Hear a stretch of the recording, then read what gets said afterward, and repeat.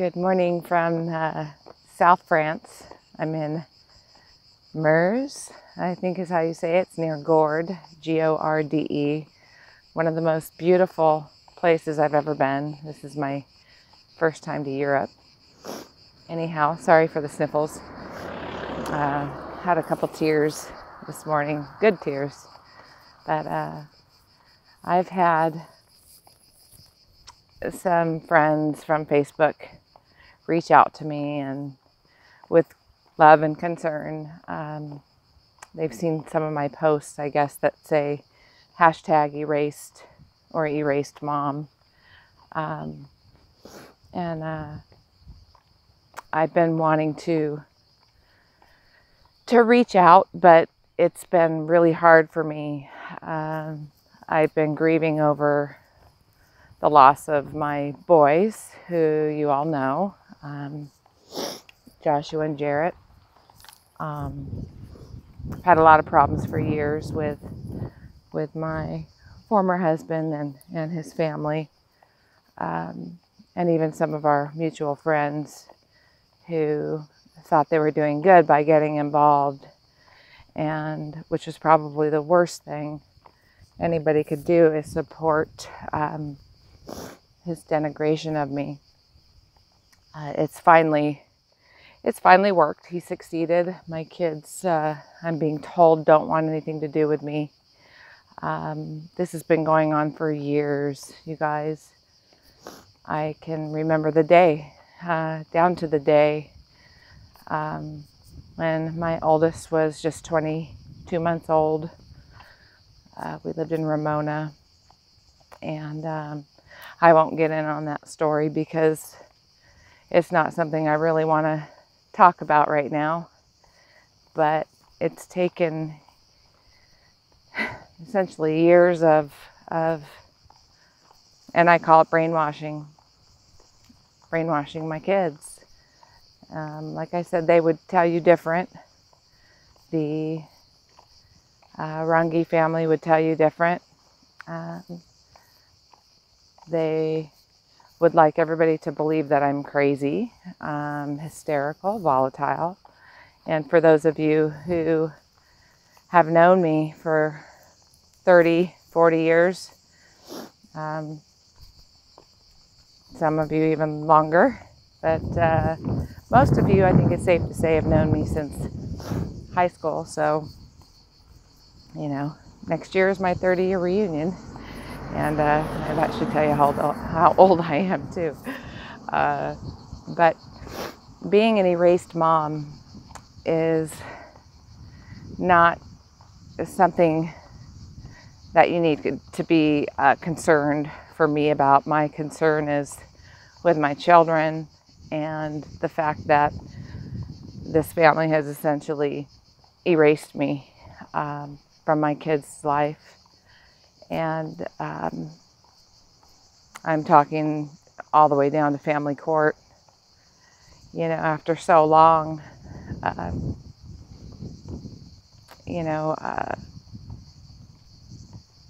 it's they can make it appear that way. There's something called gaslighting. There's covert denigration, which means you don't outright bash the person, but over a long period of time, you point out their negative traits or embellish on things that aren't necessarily true or half-truths. And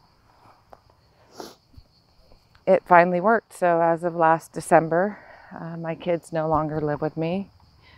I have been battling this in court for a long time, and it's actually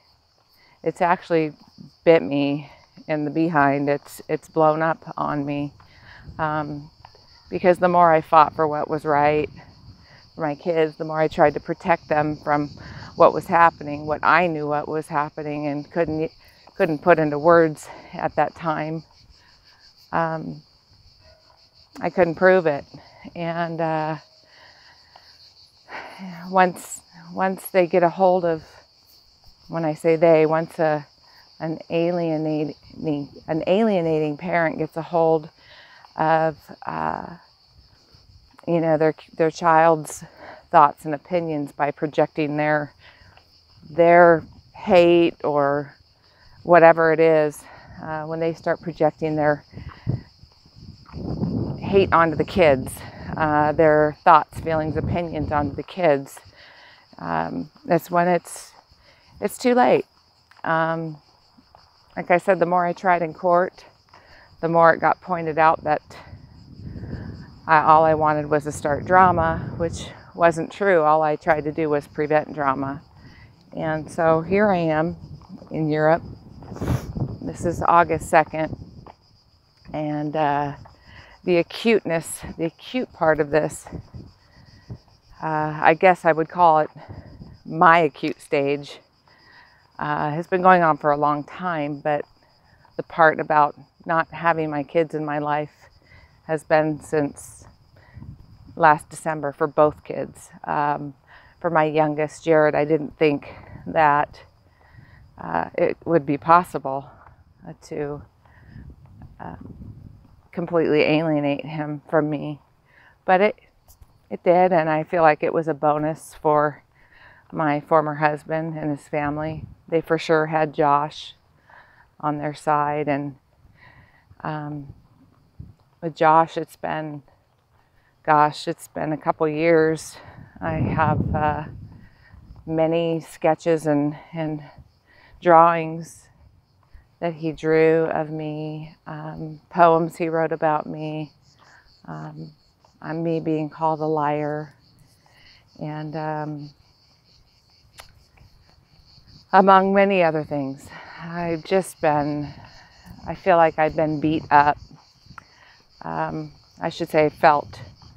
I'm finally taking my life back, which is why I'm here in Europe. And so, my friends, I don't want you to be concerned that I'm like suicidal or anything like that. I mean, I'm over that. Check out this behind me. That's where I'm staying, or that's where I stayed last night. I came here to take my life back before I got to that stage. I was in a deep depression, and I apologize to so many of you. I would reach out and then retreat, reach out, retreat. I guess part of me just didn't know how I was going to explain what was going on. And that's the first thing people say or think is, well, what did you do wrong? You know, you must have done something that your kids don't want anything to do with you. And it's those kinds of questions or judgments I could see in people's faces that I just didn't want to deal with. It's too hard to convince people who don't have open minds of what's happened. And unfortunately, this happens much more than you know. And I'd really like to do something about it. And if people tell me, oh, you know, your kids will figure it out someday.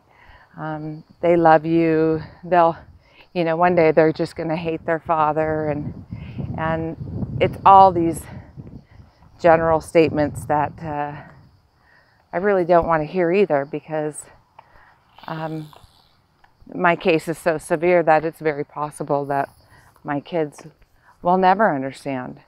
They may never get it. They can only remember the negatives about me. They may never remember the positives. They'll end up doing this to their own kids, their own families, if the cycle's not broken somehow. And that's what I'm in Europe trying to figure out, whether it's even worth my time. I had to walk in the courtroom just a few weeks ago, right before I left for my trip. And where normally I'd go in, fighting for my kids, I politely retreated and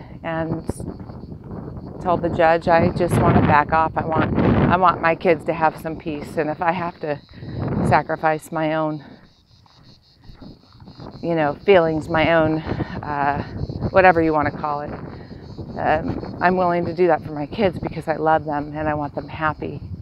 I don't want them to be continually pointed out that I'm this horrid, frivolous courtroom mother. I have plenty of reasons why I could be angry. I have so many reasons and justifications, but I'm not going to sit here and point them out because I'm over it. I've lost everything, and I'm not blaming him or his family for losing everything. I could have pulled it together and just walked away a long time ago, but that's not how it happened, because I am passionate about being a parent, and I was hopeful, and I did think positive that, no way could this happen to a parent like me. And for those of you who know me, know that I'm a damn good parent, and I always have been. I've always had good intentions. I never tried to take my kids out of their father's life. What I did try to do was protect them during times that there were times that my kids needed to be protected, or their eyes shielded, or their ears shielded from stuff that they didn't need to hear. And that was my job, to protect them. However, things happened, unfortunate events, and it almost ruined me. It almost did cause me to take my life. I'll admit that. But when you are grieving over children that live 5 minutes away, it's quite devastating. It is the most painful thing I've ever experienced. But this isn't really about me. This is about 2 children who no longer have their mother in their life. And there's something very wrong with that picture in my head. I've never done anything to justify being erased out of my kids' lives. Period. End of story. So I would love to have everybody's support and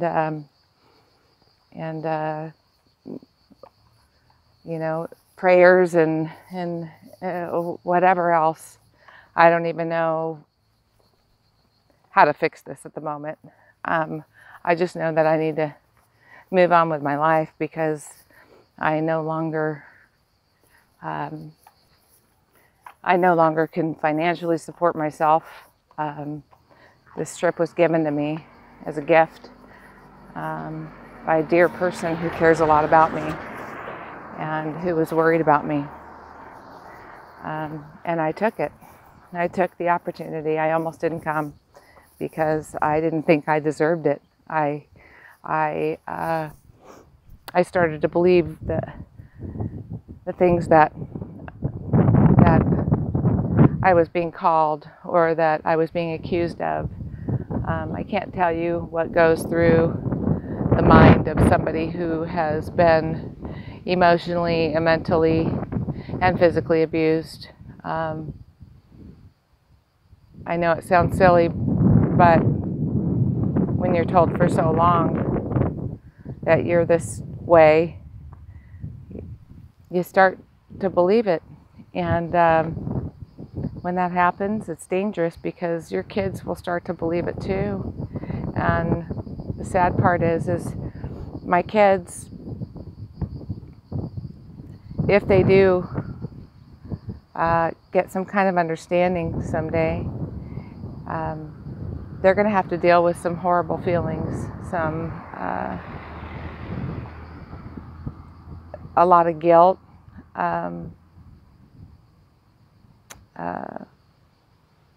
I guess that's part two. But I really wanted to just reach out to let you guys know, all my friends and some of my family out there, what I mean by being erased. Been erased from my kids' lives. And it's sad. But I'm going to be okay. I love you all. Thank you for your concern. Thank you for your prayers. And when I'm ready, I'll reach out. For right now, I'm going to take this time for me and figure out what I'm going to do the rest of my life at almost 50 years old. Until then, peace out. Oop, as I stab myself in the eye. You guys, love you. Bye.